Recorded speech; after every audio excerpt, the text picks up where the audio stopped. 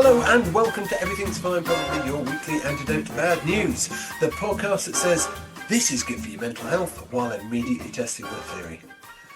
Now, I want to be absolutely crystal clear. I am not talking about politics this week. I said I wouldn't last week and then immediately did a bit of a rant which Stu thought was worthy of including twice in the edit. So this week, I'm not talking about politics. I'm simply observing the news the way you observe a raccoon that's learnt to smoke, with concern and from a distance. So, for example, I'm not talking about Keir Starmer being under pressure to resign, despite, and I stress this, only being mentioned in passing in Epstein-related material, which feels like one of those things you should be able to put on your CV now. Key skills, leadership, competence, and not being in the Epstein files. Okay, he did give a high-profile job to a man who does feature in the Epstein files. That's not a good look. But let's contrast that with our moron on the other side of the Atlantic, Donald J. Trump, a man who appears in Epstein-related reporting often enough that autocorrect finishes his name, and who is under precisely zero pressure to resign from anything, largely because reality has simply chosen not to apply to him. Just to be clear, this is not an allegation segment. This is more of a contrast. It's a little spot the difference puzzle for adults. It's fascinating. One man isn't implicated in a massive international sex trafficking scandal and should maybe go. Another man is deeply, repeatedly implicated, and everyone's like, what you gonna do? What are you gonna do? Well, that'd be some sort of weather event. But again, not politics. No, it's just shapes and colours. Conceptual shapes. I'm also not going to talk about Donald Trump posting a racist video about Barack and Michelle Obama. I'm not touching it. Not mentioning that it happened. Not mentioning that the White House then called for an end to fake outrage before quietly deleting said video, which apparently Trump hadn't watched properly anyway or something. I'm not going to mention it was racist, weird and deeply embarrassing in the specific way that makes you put your phone down, bang your head against the wall going, Christ, why did we bother building the bloody internet? And I definitely won't mention the immediate reaction where some people went, yes, but what about free speech? As if the issue was the freedom and not the speech. And finally, I am absolutely not talking about the Melania movie. I won't mention that it exists or that it arrived with all the cultural impact of a damp leaflet. That it's a film so unloved, it feels like it was released by accident. A movie that answers the question nobody asked, which is, what if we made prestige cinema but really pointless? From what I understand, it's a flop, a proper flop, not even a controversial flop, just a quiet, lonely flop. The kind where the cinema staff looks surprised if anyone turns up. That kind of flop. This makes you wonder, was it all just a way to suck up to the president? It's a film that answers no questions, resolves no mysteries, and somehow manages to be both glossy and completely invisible. A movie made by a man accused of sexual misconduct to suck up to a man who's basically admitted to sexual misconduct about a woman who looks like she deeply regrets getting caught up in the whole sordid thing. But again, I'm not talking about that. This is a good news podcast. It's about joy. It's about kindness. It's about reminding ourselves that while powerful people are doing deeply disgusting things with no repercussions at all, there are also scientists curing diseases, communities helping each other, and cats ringing doorbells. Who doesn't love that? So let's step away from the headlines, wash our hands, get into the good stuff. Gemma, Stuart, please distract me immediately. I'm glad you didn't talk about all the bad things this week. You sound a lot calmer for it, actually. Yeah, no, I just thought I'd ignore it all this I week. think that was the best thing to do, really. Thanks, Stuart. The Milana flop, as you kept saying. Well, that's what I've heard. Do you know how much she got paid? She personally, I think, pocketed about $28 million dollars from the whole Yeah, thing. she did. Yeah, so And the that film has made, I believe, $7 million. doesn't matter, does it? Doesn't matter. It's not what it's for. It was a gift, wasn't it? It's prestige. It was a gift. $28 million gift. When you say gift, you mean bribe? Oof. I couldn't possibly say that on this podcast. Fair enough. Not of our American listeners. No. I mean, I'm not suggesting it was a bribe. I'm just asking whether you think it was. Who's to say? Who's to say? Critically, I've heard it's not great. From the box office point of view, also I've heard it's not great. Perhaps they just misjudged the market on this occasion. So I wouldn't say it was a bribe. More drama this week in the soap opera known as British politics. I hadn't noticed. I've just stayed away from The news and politics this do you week. think politics got to be like football, where they just keep changing the manager? It's very football-like, isn't it? Isn't it? Yeah. It's like we just get bored and change Prime Yeah, Minister every 18 months. Yeah, because you don't need sort of long-term or mid-term strategy or anything. Why do you need that? Well, exactly. Rubbish. Yeah, you know. I mean, But did you see Wes Streeting got his WhatsApp messages out last night? no. Yeah, so he's trying to get ahead of the curve. So he's released all his WhatsApp messages between him and Peter Mandelson. So reading them out on TV last night, sort of Peter Mandelson saying, "Oh, what a lovely show last night. I bet you can't wait to go to America. Kiss, kiss." But Wes Streeting's just saying, let's get it all out there. Obviously, he clearly thought Starmer was going to go last night, didn't he? So probably thought if he got his messages out early, then His leadership would be fine. I guess it's a bit like holding on to a balloon, isn't it? The earlier you fall off, the less damage you're going to cause. What? Anyway, you might recall that last week we talked about celebrities who go right. Yeah, we did. That was good. Normally speaking, not politically. It was good. I really enjoyed that. I really did enjoy that. So, yes, it was about people who use fame and money in a worthwhile way rather than for creating an AI-fueled porn factory. I want to do a callback on that, because if I don't, I'm worried the news will absolutely win, and I refuse to let it sit there smugly like it's done something clever.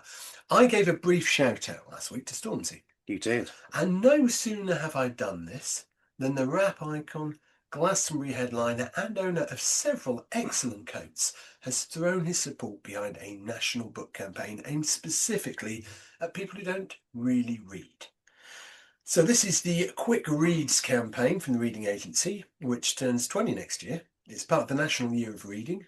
The whole idea is short, accessible books that cost just £1. £1, meaning you can get 3 of them for less than a Pret coffee. Less than a bad decision in a Tesco meal deal. They're aimed at new readers, lapsed readers, neurodivergent readers, and anyone whose attention span has been absolutely sandblasted by the internet. And for the first time ever, they're also coming out as audiobooks, which is massive, because sometimes reading a book with your eyes feels like too much admin. You just want someone to read it at you while you stare out the window and chill. 500,000 copies are being given to prisons across the UK. I think that's a brilliant thing, because books in prisons are proven to help with education, rehabilitation, mental health, and all of it.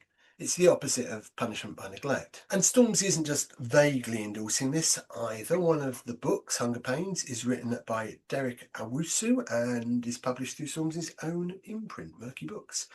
He said, "I encourage anyone who doesn't usually read to pick up a quick read, because reading really is a superpower." He also said music and books are both about finding your voice. We're all made of stories. They define who we are. And I think this is really refreshing, because it's not a universally held belief amongst famous people. Donald Trump, for example, famously does not read books. He's said that. Really? Yeah, he's bragged about it. Has he? Reading, to him, is apparently for losers, nerds, and people who don't have a very good brain. Oh. Now, despite this, Yes. he's also repeatedly claimed to have written the best books ever, which is impressive given he didn't actually write them. Most of Trump's books were written by ghostwriters, one of whom, Tony Schwartz, the man who actually wrote The Art of the Deal, later said he never saw Trump read a book while they were working together. So, just to recap the contrast here, Stormzy, reading is a superpower.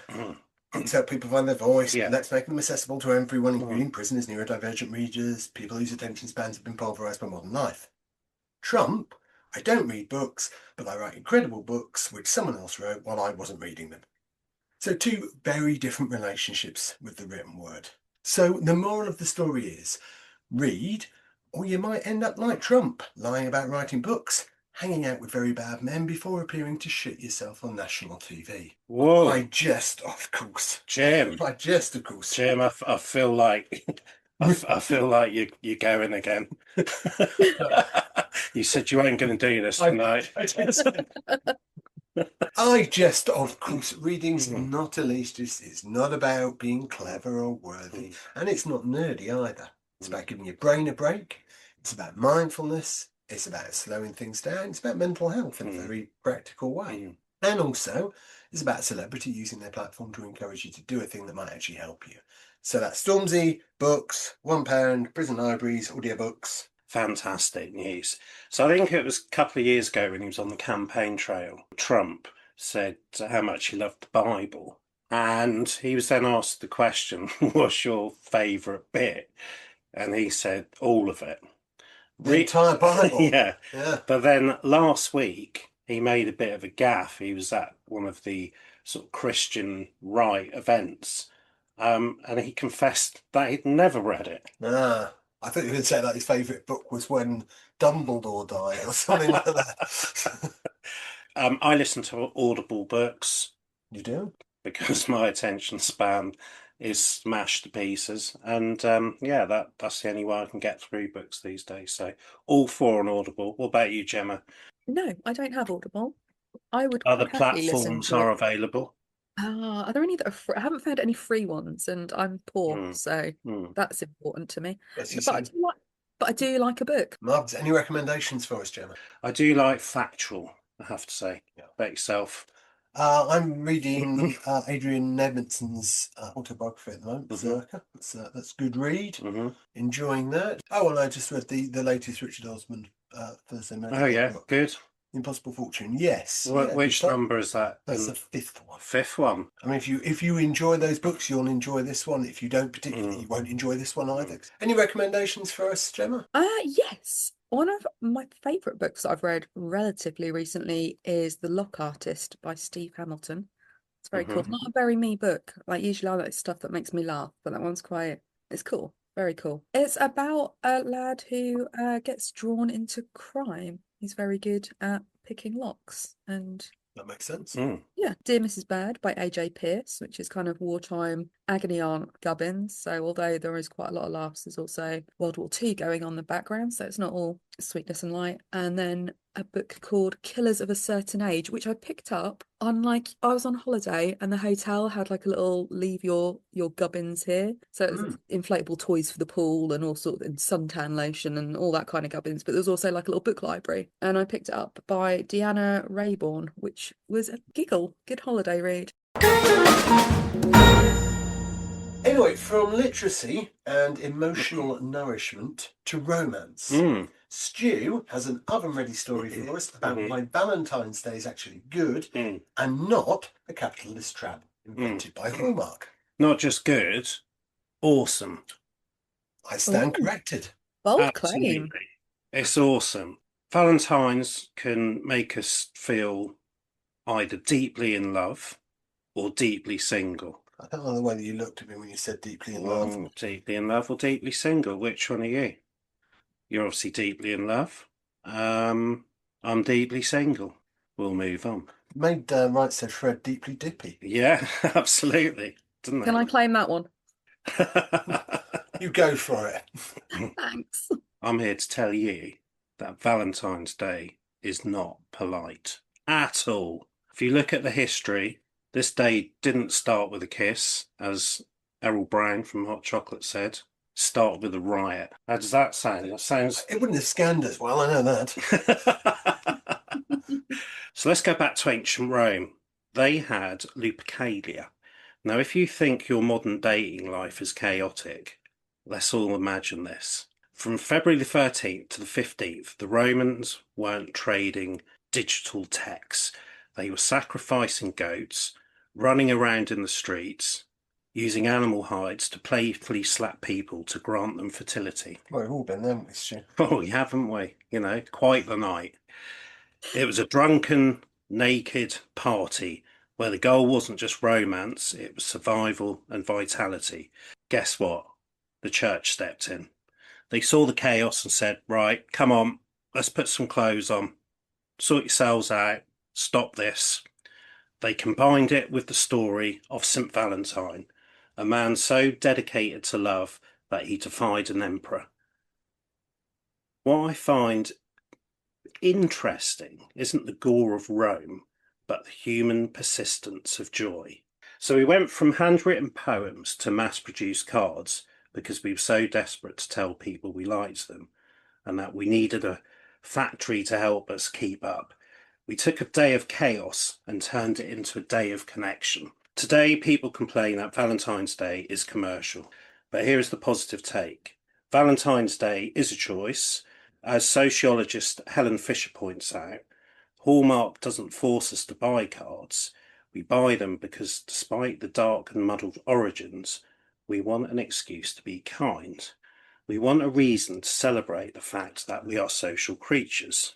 So, whether you are a kissy face kind of person, are you a kissy face kind of person, Gemma or Jim, I on Valentine's? Or would. whether you celebrate SAD, the Single Awareness Day, with a box of chocolates you didn't have to share, then just being a lover is good enough.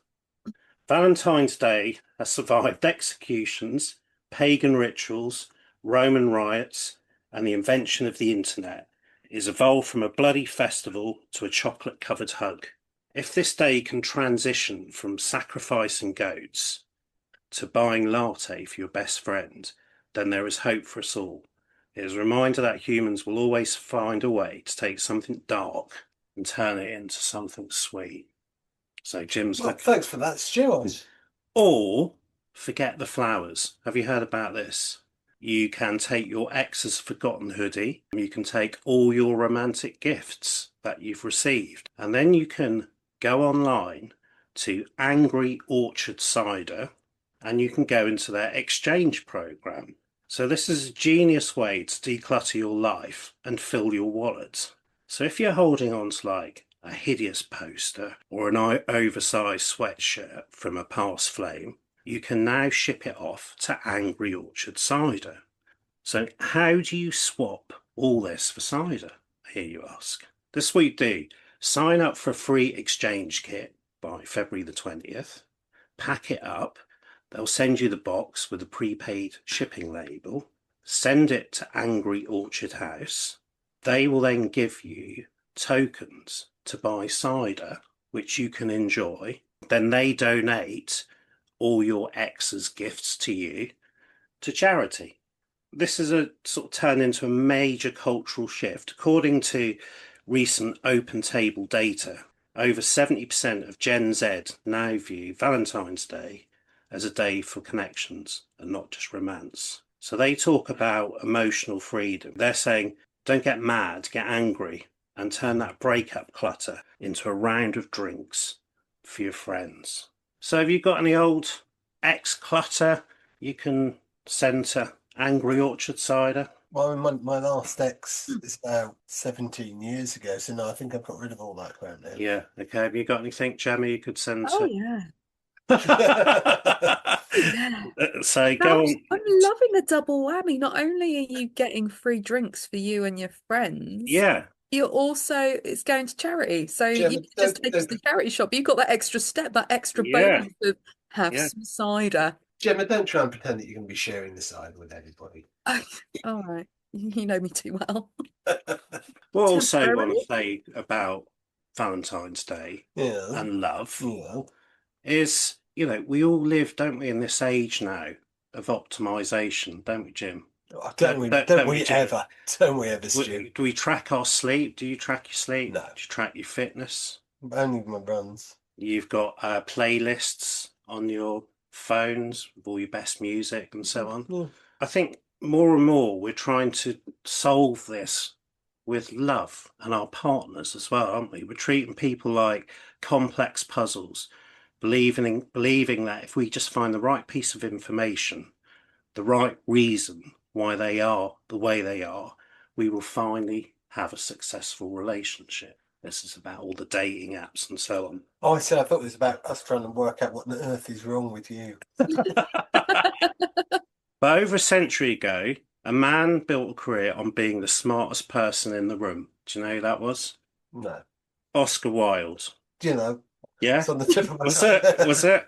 Was it? I What haven't leapt in like do you this. know? About that. So Oscar Wilde, he said quite a famous thing about love and women. Do you know what that is? I'll tell you. He said, women are all right, but I prefer young men. It was always good for a quote, was. Good old Aussie. I'm sure he did say that, but that's not the quote I had. That's not the quote I had here tonight. Brace yourself, Gemma. Women are meant to be loved, not to be understood. That's what Oscar Wilde said How do you feel He was a about very You wise should man, know he wasn't was he? gay. Not? what's that, Gemma? He was a very wise man. Okay. Very wise man. These days, we might look at that and think, whoa, easy, Oscar Wilde. Can't really say things like that anymore. But if we look past the Victorian era's language, we find a truth, don't we? So Wilde was saying that women, not my words, are irrational or No, was he saying that? I Nearly. don't think he Come was on, saying Stu. that. so Wilde was saying that women are irrational or that understanding them doesn't really matter. He was warning us against diagnosing love. What he's saying is when we try to understand someone fully, we are often trying to sort of categorize them. We want to put them in a box, don't we? Not literally, so that they become predictable. Should hope not. but love, true vibrant love, is found in the uncertainty. I think we'll all agree with that. So I'm as, reluctant to agree with anything else. Go on. as Oscar Wilde said, the very essence of romance is uncertainty. If you understand someone perfectly, you've essentially turned them into a machine, haven't you? And you can't fall in love with a machine. You can only maintain it, switch it on and off, and so on. Let's think. You're right there, Stu. Yeah. Let's think about the last time, shall we? You all felt truly seen. It wasn't because someone had figured you out, was it? Like a maths problem. It was because they accepted the parts of you that didn't make sense. Love is supreme precisely because it bridges the gap that logic cannot. So love says, I see that you feel this way and I'm here. By choosing to love without needing a full psychological blueprint, we give our partners the greatest gift possible, the freedom to be a mystery. I think what I'm saying there is love is a verb, isn't it? So as we head into Valentine's Day, we put a little challenge out. I challenge you to put down, well, I mean, you haven't actually got one, but if you did, I'm challenging you to put down the magnifying glass. Stop trying to understand why your partner, your friend, or your family is how they are and why they are, but instead prioritize the experience over the analysis, because at the end of the day, understanding is a high level mental function. But love is a fundamental human presence. It's very true and a very beautiful sentiment, Stu. Thank you. And to build on that, Gemma, I believe you've got a story for us about horny tigers. What a link. Also, what of his kissy face? It's an emoji. That was beautiful, Stu. Go for it, Gemma. Have you got a jingle? No, I did not get jingles, but it's so like I didn't give AI the prompt of I want this story, but give it a horny tiger vibe, please. So my find of the day was a story about the doubled numbers of wild tigers in just a decade, and it started with people choosing to share space, not fight for it. A little over a decade ago, countries across Asia set a bold goal: double the number of wild tigers. It was called T times 2, and it gave conservationists a clear target and a deadline. In India, a country with more people than any other, the target didn't just move the needle. It helped the tiger population grow to more than 3,600 by 2018. That made up roughly 3/4 of the world's wild tiger population. Extensive monitoring across 20 states showed not only more tigers but more protected habitat, about 30% more area where tigers can live safely. That's a big win: more space, more animals, more resilience. The study found something interesting. Tigers often do better where local economies can support responsible tiger tourism and where governments help compensate families for losses. In other words, when communities see value in sharing land with wildlife, coexistence becomes possible. That doesn't erase the challenges, but it changes the incentives. Sharing land with a growing human population is never simple. There are conflicts and real risks. However, as the study's lead author put it, within tiger reserves, you're more likely to die from a car accident than from a tiger attack. That line helps put the danger in perspective and reminds us that coexistence is achievable with the right policies and community support. So, the takeaway: targeted conservation, community incentives, and protected habitat can add up to real recovery. India's success shows that even in crowded places, nature can rebound when people choose to protect it. Thank you, Gemma. I mean, it's similar in some ways to the Link story we talked about a few weeks back. I mean, that's done in the process of being done. So it shows what can be achieved when we just stop killing things and destroying their habitats. Yeah, and make the effort to not kill them and destroy the habitat. Yeah. I think maybe we can apply it to other humans as well. What, So, other humans' habitats? yeah, that. Yeah. So basically, coexistence is possible if you give it. You just stop killing things. Yeah. From romance to tax. Oh, right. Stay with me. Yeah, because this is actually good news. Yes. For most of us. It does involve billionaires looking slightly uncomfortable, but hey, they're getting used to that right now, aren't they? This won't even land them in prison. Well, not necessarily. Easy. This week, the push for global tax justice picked up serious momentum in the UN. And I know what you're thinking, Jim, tax. But hear me out, this is the fun kind. The make very rich polluters pay for the mess kind. So at the UN this week, plans were discussed to make fossil fuel companies pay for climate damage. Not offset points, pay for the damage that they've caused. Alongside renewed talks about increasing taxes on the ultra-rich, the uber-rich, the people whose money has its own money. And this all comes from an idea first pushed by a coalition of African states back in 2022. And I love that, because it's not coming from the usual places that tell us what's realistic. It's coming from countries saying, do you know what, we've done the maths and this needs sorting out.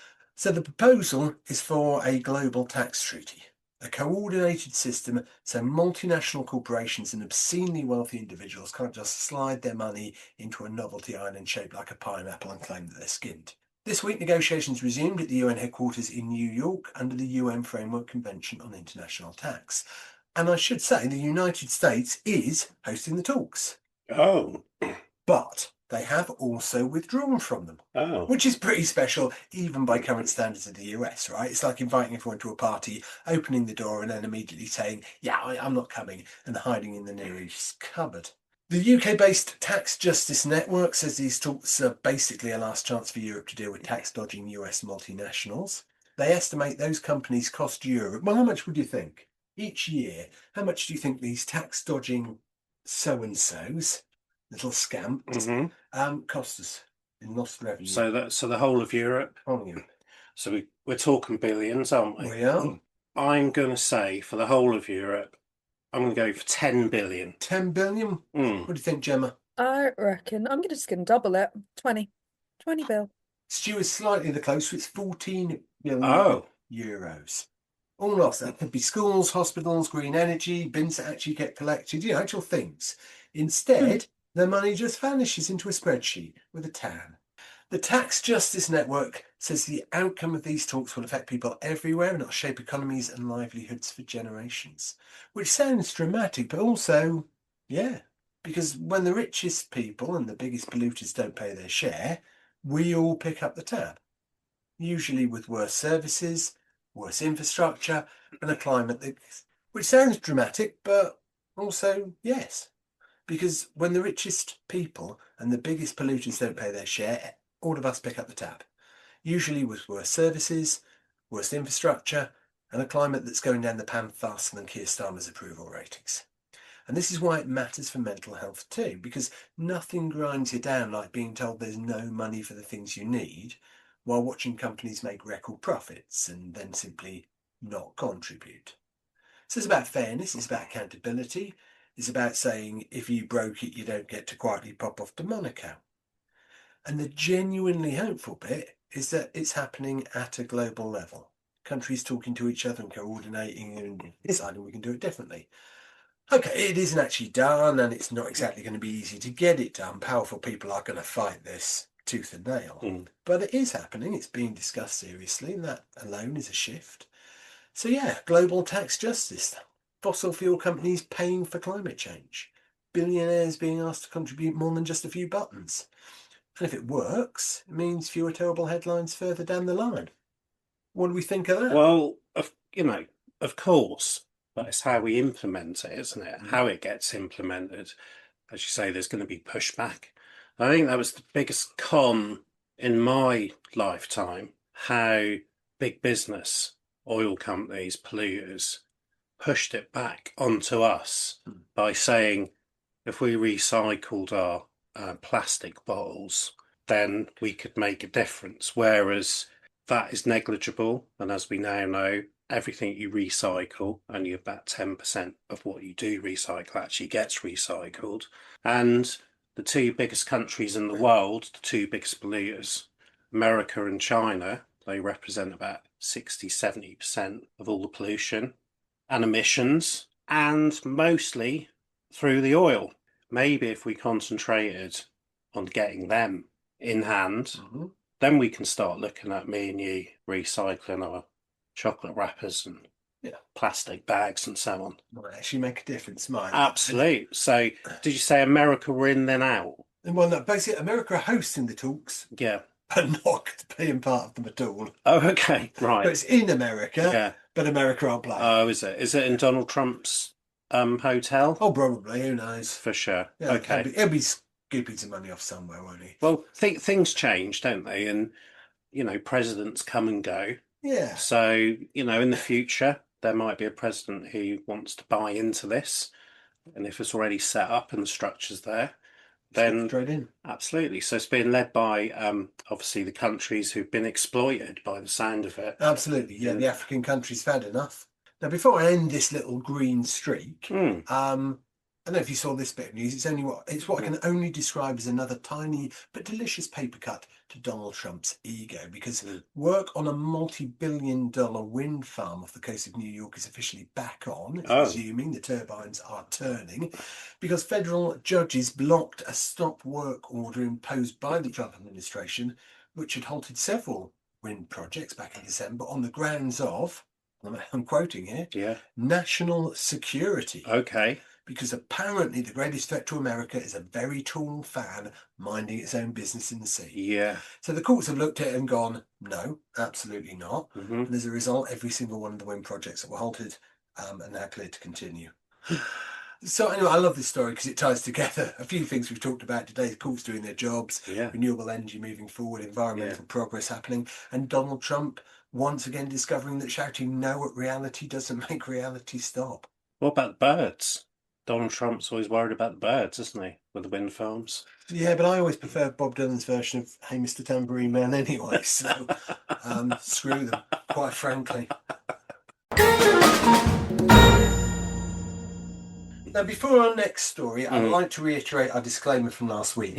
Stu is not a doctor, not a medical practitioner of any kind, in fact. No. And his advice really shouldn't be listened to under any circumstances. With that in mind, take it away, Stu. Okay, so what I thought I'd introduce at this point tonight is a sensory reset. So shall we just all close our eyes for a minute, take a breath? I can switch the light off if you want. Okay, yeah, I'm going to switch the light off. Sure, do you want me to? Yeah. You're going to lead the breathing. Oh, I'm not sure I like this. You've disappeared. So the light is off, okay? This all sort of plays into what I'm doing. To keep light off, Jim, for this bit, come sit down. Well, you want me to come sit back down? Yeah, we'll trip over a wire. So just so we know, just so everyone knows, we've turned the light off now. Yeah, I think very Blair Witch with you. Okay. Your phone light I've on. mentioned it a number of times. Okay. I'm not sure the fact you've switched your torch back on this particular. Well, I need to read my notes. This is a sensory reset. Ladies and gentlemen, this is the power of the dark shower. From the moment we wake up to the second we close our eyes, I don't know about you, but my brain is always under siege. So we're bombarded, aren't we, by blue light, pings, notifications, and what experts call sensory load. Even our moments of sleep hygiene are high energy. In the morning, we go into the shower, we blast pop music under bright fluorescent lights, scrubbing away at ourselves, don't we, at 6 a.m. in the morning, just to feel like a functioning member of society. But what about if the key to your best night's sleep isn't a new supplement or a high-tech mattress, what about if it's just as simple as turning off the light? This is the dark shower revolution. It's exactly what it sounds like. A shower taken in the evening with the lights off. We up for this? No, come on, I know what you're thinking. This sounds like a horror movie. Just said that, didn't you, Gemma? Or I'm going to... Oh, look, I've tripped over my loofah. I know, that's what we're all thinking, isn't it? That's how we say we get to the hospital. I was in the shower in the dark. I tripped. I fell onto Yeah. the loofah. Yeah. And could you please get it out? Yeah. So one person who fed back on this dark shower revolution, they mistook the mango body butter for shampoo in the dark. We've all done that, haven't we? We've all been there. So our bodies are governed by the circadian rhythm, and bright bathroom lights late at night send a subtle signal to the brain that it's still daytime. We can counteract this. We tell our nervous systems, the day is done. Stand down, stand down. Dr. Susan Wiley notes that for those of us whose nervous systems are always on high alert, a dark shower acts as a sensory reset. So without the visual distractions, the noise in your head begins to quiet. You start to focus on the things we usually ignore: the sound of the water, the steam on your skin, the rhythm of your own breathing. You okay in the dark here? Yeah. Yeah. One skeptic, and you look like you're quite skeptical, Jim. One skeptic who tried this for a week reported that while they almost twisted an ankle, by day 7, they were drifting off to sleep faster than they had in years. Gemma, you don't have to go full cave woman immediately. You can just start with a nightlight, all right? Because we don't want people listening to this ending up in the hospital. As Jim said, I'm not an expert, so you can use a sort of a warm amber light before you sort of go full dark if you want to build yourself up to that. So, be careful out there. Let the white noise of the water be your soundtrack. This is what I like to call the mindful wash. Just focus on the temperature and the sensation. Okay? Just let the water wash away your cognitive load of the day. So the dark shower, it's not just a viral trend. What it really is a rebellion against a world that demands your attention 24/7. It's a 5-minute sanctuary where no one can reach you, no one can see you. In the darkness, you aren't a worker, a parent, a student. You're just a human being, feeling the warmth of the water, preparing for rest. So tonight, I invite you all to just flip the switch, step into the dark, and just see how much more clearly you can feel. So you've been doing some dark showering? Yeah, I like a dark shower. Yeah. Do you like a dark shower? What do we think? Are we all going to try that? Well, I must admit, I almost drifted off to sleep there when we put the light off. So I think it's working, Stu. Yeah. Even without the shower. Yeah. Gemma? Yeah, why not? I mean, Yeah. who doesn't like a bath by candlelight? So why not It's not- shower in it's not- total? So why not a shower in darkness? It's not bath, it's a shower.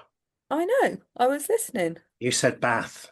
I did say bath. Who doesn't like a bath with a candle? It's a similar experience. I don't The say whole that. water. I say bath. You say it how you like, Stu. There's no judgment from me. I say tomato. You say tomato. God's sake. Let's move on, shall we? Jim, Jim, should we turn the lights on? if you want to. All right. Or we could sit here and be mindful in the dark. All right. It's up Okay. to you. Let's carry on. Okay, we're staying with the dark. Can you actually see it?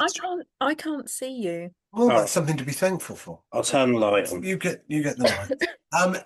Gemma, while he's doing that, you've got one final story for us, I believe, on the topic of ADHD. Mine is like a seedling story.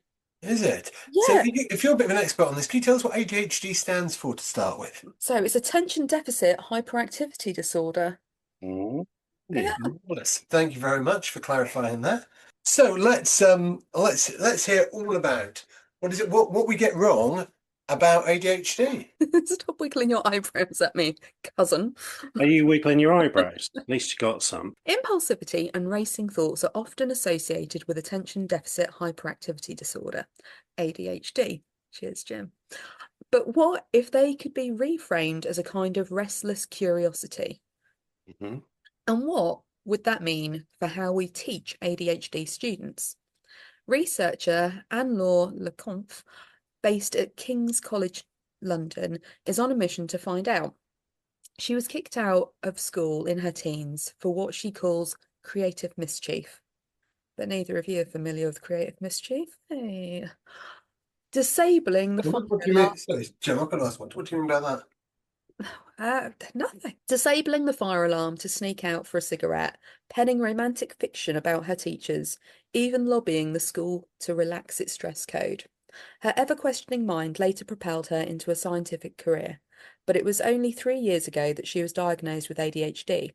The discovery pushed her to investigate what she calls hypercuriosity, an intensified impulsive desire to know and explore. She's now studying how curiosity plays out in university students with ADHD, combining interviews with brainwave measurements and eye tracking to map how their minds roam. Her work has been backed with a £133,574 grant from the UK Research and Innovation, support which she hopes will eventually lead to fresh teaching approaches. Traditional education rewards sustained attention to predetermined tasks, she said. The result is that many hyper-curious kids feel miserable suppressing their natural curiosity rather than learning how to leverage it. Hyper-curious minds deserve better systems and better stories. So it sounds like this is merely the start. I remember back at school in my day, unfortunately, the kids clearly who had that, we didn't have any terminology or words. They were always getting in trouble and couldn't learn, and it must have been really difficult for them. So, we know a bit more about it now, and this sort of hyper curiosity is a good thing, isn't it? That's like a super skill to have, but obviously you need to keep focused. So you do a bit of teaching. Do you ever have people who are neurodiverse, and do you sort of change your courses to suit that, or is it difficult? Well, I mean, at the moment, I've been teaching two autistic learners. One of them actually very clear on this thing of neurodiverse. We're all neurodiverse. Everyone is neurodiverse. It just means difference in the ways our brains are wired. But neurodivergence is the bit that I suppose we're particularly interested in. And yeah, there's different things we can do, different techniques we can use. The important thing really is to work with the person, because the reality of a lot of these conditions is they don't affect everybody in exactly the same way. So it's working with people to understand what their challenges are, what works best for them, and trying to tailor stuff to them in a way that will still work more broadly. And it can be challenging, but goes back to this whole thing of what we're trying to do is to create an equal opportunity for everybody. So we make what adjustments we can. But I think the reality of it is, we'll all find certain things easier to learn in certain ways, but we don't just have one style. It should have better outcomes for the student. So I think that's about it for this week. What a show that was. What a show. Books, fairness, dark showers, wind, and what more could you want? Love. Love. What the world needs now is love, sweet love. Beautiful. Beautiful. And the thread running through all of this is the reason we do this podcast in the first place. Good news matters. Genuinely helps. Doesn't fix everything, but it gives your brain a rest from the agony of the 24-hour scrolling news cycle of doom. If this episode helped even a little, if it made you laugh or exhale or say, oh, that's quite nice, I suppose, then please do the podcast admin thing. Like it, rate it, subscribe, share it with someone who's had enough of the news but still wants to know the world hasn't fully collapsed. Tell a friend, tell an enemy, tell someone who insists Valentine's Day is a scam. They need this. If you want more of us, you can find Everything's Fine probably wherever you get your podcasts. You can also find us on social media. Do doom scroll responsibly. Thank you as always for listening. Thank you for sticking with us, and thank you for choosing this as your weekly antidote to bad news. Now get out there, read a book, be kind, pay your taxes, and love responsibly. Until next week, take care of yourselves, each other, and remember that everything is fine. Probably.